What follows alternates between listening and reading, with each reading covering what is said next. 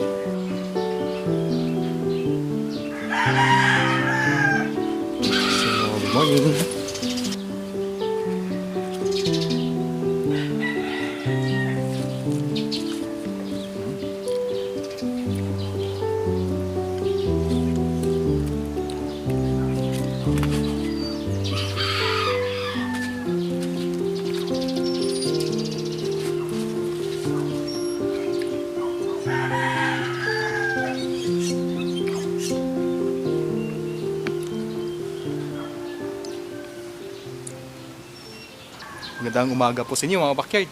Welcome po dito sa ating munting channel.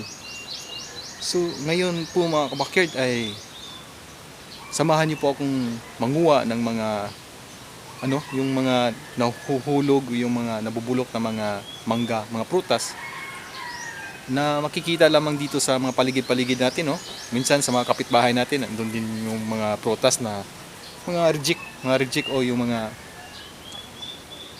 napapabayaan na kusa na lang nahuhulog sa mga puno. So ganito sa probinsya, no? Maraming mga prutas tayong makikita kung saan-saan lamang sa mga paligid natin ay meron tayong mga prutas na makukuha. So samahan niyo po ako sa araw na to dahil mangungulekta tayo nun. Dito sa amin meron ditong mga mangga. Mangungulekta tayo tapos yung mga yung mga nabubulok o ipapakain natin sa mga manok natin, tapos yung pwede pang kainin ay syempre tayo kakain. So let's go.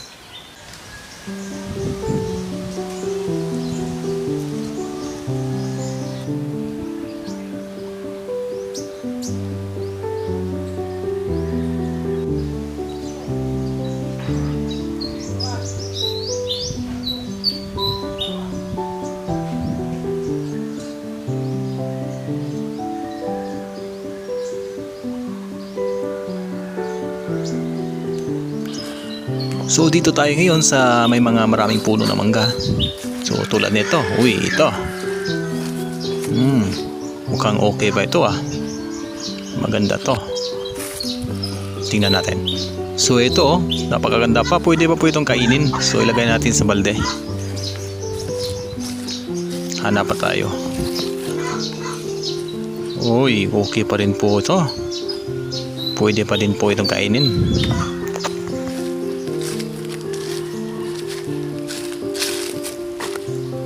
Ang kagandahan dito sa amin, dahil ang mabait po talaga ng mga tao dito. Yung mga tao dito, yung mga kapitbahay ay kusa pong nagtutulungan at nagbibigayan po. Kaya po kahit na may makita kang mga ganito, tulad ito mga nahulog na mangga, pwede mong pukunin, pwede mong kainin. Ganun po kami dito sa aming lugar.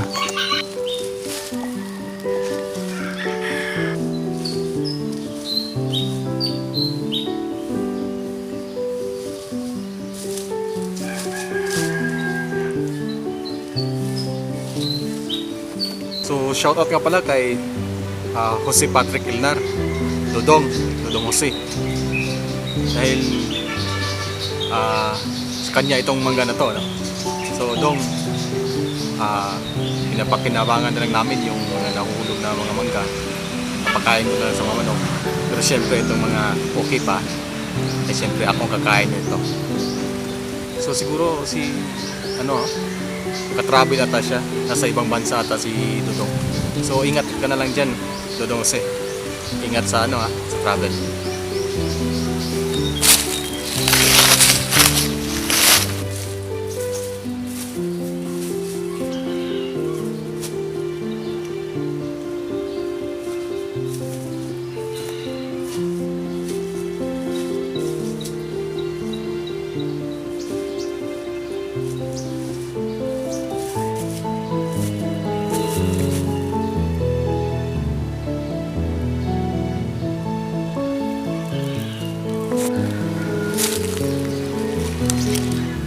So yun mga backyard, halos naka isang maliit na balde tayo. Ang dami talaga mangga dito. Halos araw-araw ay may nahuhulog ditong mga mangga. So itong may mga pinagkainan ng ibon, ito yung ipapakain natin sa mga manok. Tapos ito namang walang mga ano, yan, walang mga diferensya. Ay syempre, tayo kakain nito. Yan oh, ang gaganda pa oh. So tikman natin. So yung mga backyard, titikman natin. Ito oh. So ito, napakasarap na ito. So dahil pwede pa itong kainin ay syempre tayong kakain. Ito malaki, ito maliit. So dito na lang ako sa maliit kasi baka hindi ko maubos ito. Tikman natin kung masarap ba. Ano?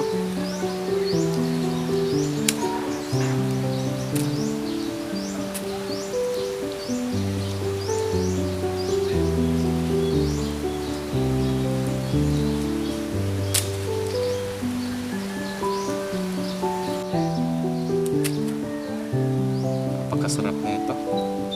Napakatamis. Tingnan natin.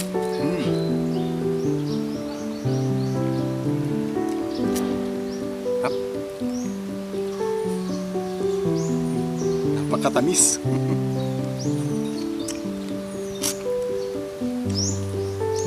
So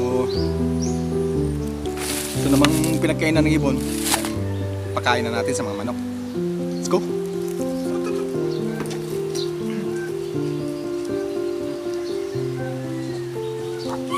So yan, pakain na po natin itong mga mangga na pinagkainan ng mga ibon. Maganda din yung mga mangga para sa mga manok, no? Dahil syempre meron itong mga maraming vitamina at mga nutrients na maganda din po sa mga manok.